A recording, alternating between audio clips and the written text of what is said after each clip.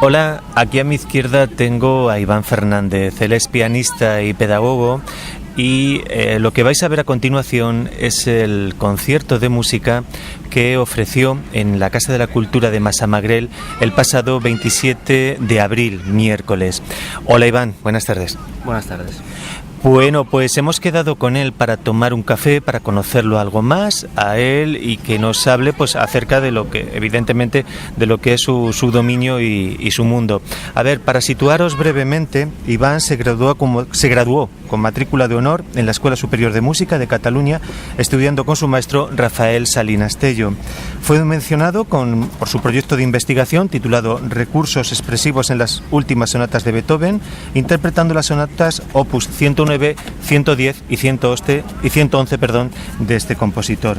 En el año 2009 fue finalista en el concurso internacional de jóvenes intérpretes de liria. Bueno, él es de Vigo, él es nacido gallego, pero desde el 2009 fue la primera vez que aterrizaste por aquí, por la comunidad, Iván. Bueno, yo llegué aquí a la comunidad en 2011, pero bueno, ya la conocía porque mi pareja y la familia de mi pareja viven aquí y bueno, y a trabajar he venido en 2011, en septiembre, y ahora hasta junio por lo menos aquí estaremos. Uh-huh. O sea, fue como, digamos, como la excusa para acercarte, digamos, el hecho de que estuviera aquí tu pareja, la excusa para aterrizar por aquí, ¿no? Más o menos. En realidad, bueno, a trabajar, a coger un poquito de experiencia pedagógica en una buena escuela. Ajá. Y también a sacar un poquito de dinero para futuros proyectos personales. Antes, mientras que un poco nos sentábamos aquí comentando, le preguntaba que cuánto tiempo era necesario pues para que un piano sonase de una manera decente. Y al pobre pues lo he puesto en un brete porque tampoco, claro, esto no son matemáticas. En este caso, en tu caso, que me comentaba que, bueno, tú empezaste tocando la guitarra. Sí. Un caso peculiar el mío. Yo empecé tocando la guitarra porque me gustaba mucho, gracias a la influencia de mi tío, fundamentalmente, uh-huh. que es guitarrista todavía de un grupo de rock. Y bueno, y cuando llevaba 1 año y medio, 2 tocando la guitarra, mi profesora me dijo: mira, tienes la mano muy pequeña y ¿por qué no te pasas al piano? Uh-huh. Y bueno, acepté el reto y... Bien, esto tenías 12 años. 12 años. Bien, desde esa edad, desde los 12 años, ¿hasta cuántos años pasaron a que los vecinos de la comunidad no se quejaban de cómo aporreabas el piano? Y empezaban un poco a disfrutar y a relajarse de lo que tocabas. Pues... no sabría muy bien qué decirte, pero... Ajá. Yo creo que hasta los 7, 8 años las cosas no empezaban a sonar más o menos bien. Ajá. Pero bueno, quizás...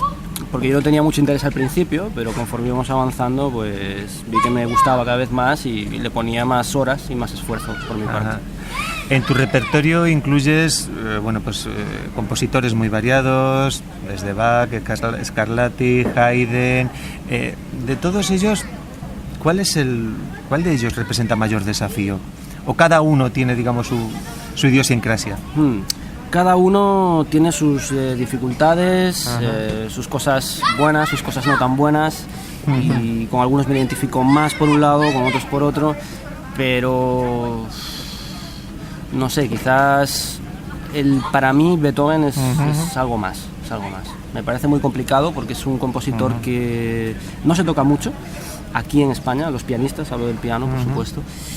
Y si se toca quizás se hace de una manera un poco, no sé cómo decirlo, para mi gusto vacía, ¿no? Porque es una música muy compleja, muy complicada de interpretar.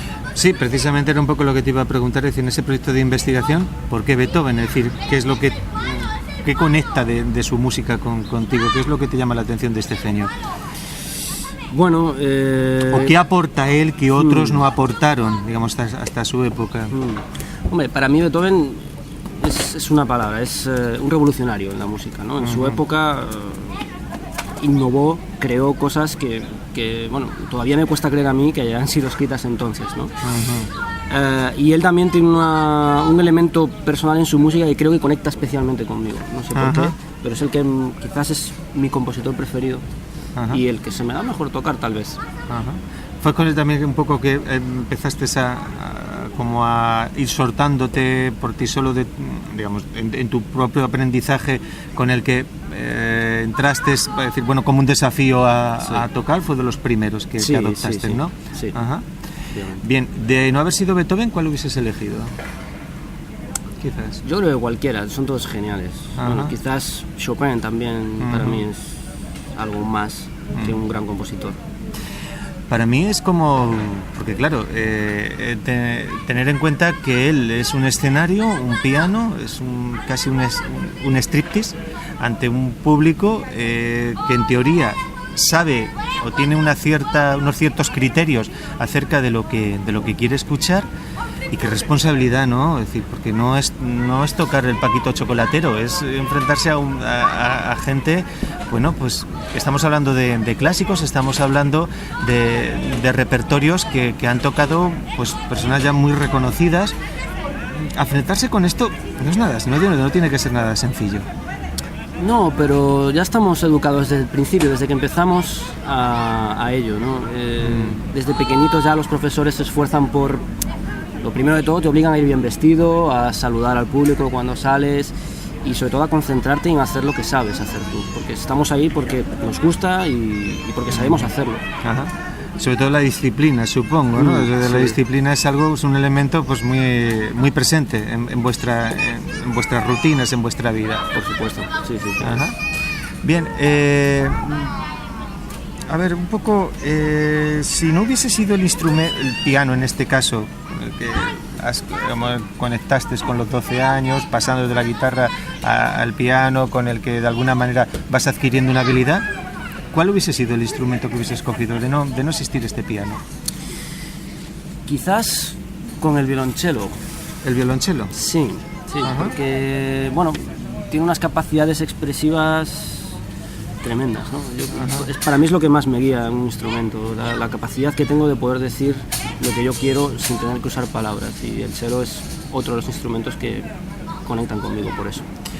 Precisamente, ahora que comenta Iván el violonchelo, ayer estuve viendo una obra de teatro de aficionados que lo estaba apoyando la música en directo de un violonchelo.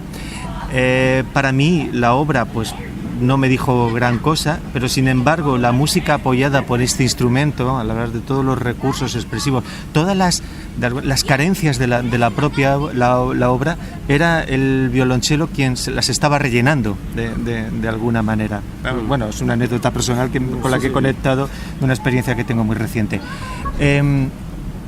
Una persona en un escenario sola, haciendo su programa que tenga para esa noche, ¿cómo eres consciente o qué elementos dentro de ti pones en marcha para saber que el público ha conectado contigo y tú con el público, que ha habido una conexión? Bueno, yo creo que si uno sale al escenario con la mentalidad de impresionar, nunca lo va a conseguir, creo yo, es mi opinión. Por lo menos yo personalmente no lo voy a conseguir. Si yo intento impresionar al que me está mirando, me olvido de lo que tengo que decir. Y para mí es lo más importante. Si tú consigues decir, o si tu propósito es decir lo más que puedas lo que tú sientes cuando estás interpretando a tal obra, a tal compositor, yo creo que surge algo maravilloso con los que te están mirando y escuchando, sobre todo escuchando. Y ahí está, yo creo que es un elemento clave, la dicción y la expresión. ¿Qué nos aporta la música clásica en general? Pues quizás un lenguaje, una expresión de algo sin necesidad de decir palabras. Bueno, en los líderes, las canciones, ahí sí que tenemos la voz, ¿no? Cantando y diciendo texto, pero para mí lo fundamental es eso, por lo menos en un piano, es poder decir miles de cosas sin necesidad de abrir la boca. ¿Calificarías tu mundo, el mundo en el que te mueves, que te ha tocado un poco, que has elegido evidentemente, como un mundo elitista y competitivo? Hoy en día elitista tal vez no, pero competitivo desde luego que sí. Por suerte o por desgracia somos muchos y hay muy pocos sitios, sobre todo para un pianista. Los otros instrumentos, los violines, las cuerdas, los vientos, tienen la posibilidad de sacarse plaza en una orquesta, pero para el piano eso es más complicado. La carrera de solista implica que haya mucha competitividad. Claro, eso es lo que porque también te iba a preguntar. Es decir, en tu proyecto ya me comentas que hay una cierta dificultad para acceder a orquestas, en este caso para tocar un piano, pero claro, es un piano normalmente el que hace por concierto, no estamos hablando de violines, donde es un grupo mucho más numeroso. Entonces, en tu proyecto no está, digamos, el acceder a formar parte de alguna orquesta. No, bueno, mi proyecto personal es aprender todo lo que pueda, formarme al máximo como músico, como artista, y el futuro dirá. A mí me gusta la interpretación y me gusta la pedagogía. Si puedo combinar las dos sería perfecto. ¿Componer? ¿Has compuesto? Alguna cosilla puntual, pero no me atrae demasiado la composición. Creo que para eso también hay que tener mucha formación y quizás no tengo la suficiente. Vale. ¿Y te vas a Moscú? Sí, eso parece. Eso parece. Cuéntanos. Es decir, que está aquí de paso, vamos, como una vez de paso. Cuéntanos. Es una oportunidad que ha salido ahora de irme a estudiar allí con una gran persona, una gran maestra. Y sería irme 2 añitos, hacer un máster de interpretación y no la puedo dejar escapar. También tienes la faceta de docente, la desarrollas en este caso en Benaguasil. ¿Qué impartes?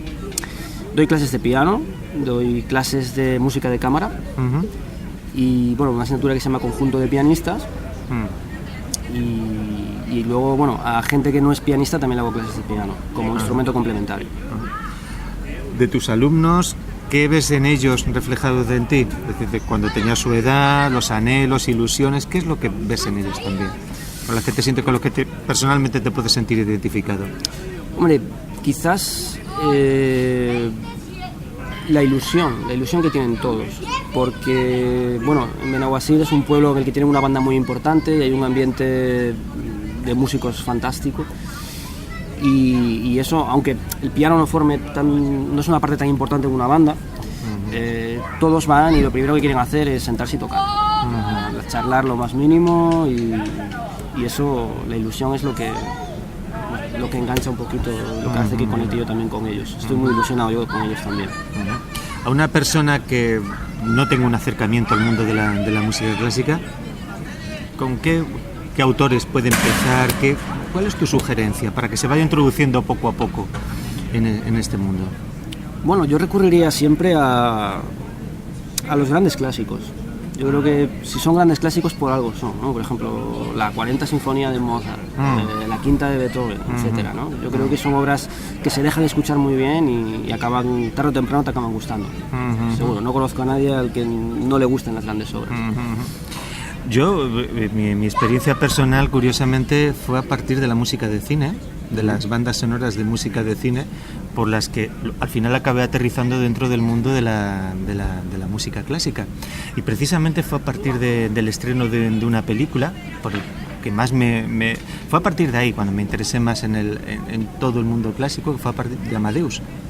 Cuando se estrenó Amadeus, tan fascinado me quedé por en aquella época la potencia visual de la película, de la música que sonaba. Empecé pues a escuchar a Mozart, es decir, de una manera un poco más profunda, ¿no? Es decir, atendiendo más conociendo más su repertorio, y fue a partir de ahí por lo que me canalicé después a abrirme a otros tipos de músicas y demás, ¿no? Bueno, pues Iván, esto lo verán nuestros televidentes una vez que se haya celebrado el concierto aquí en Massamagrell. ¿Cuál es tu expectativa ante el concierto? ¿O ni siquiera te lo has planteado todavía? No he tenido todavía el tiempo suficiente para planteármelo, pero bueno, yo tengo la ilusión de tocar, llevo bastante tiempo sin ofrecer un recital yo solo. Y bueno, sobre todo eso, mucha ilusión por poder compartir esta música que voy a tocar con toda la gente que venga. Bueno, ¿este billete de ida a Moscú tiene vuelta? Sí, en principio sí, pero prefiero dejarla abierta, no voy a ser que... Muy bien, Iván. Bueno, pues te agradezco mucho tu tiempo, esta charla que nos has concedido, y bueno, nos veremos en el concierto. Y a todos vosotros, pues que disfrutéis de lo que a continuación viene. Hasta ahora.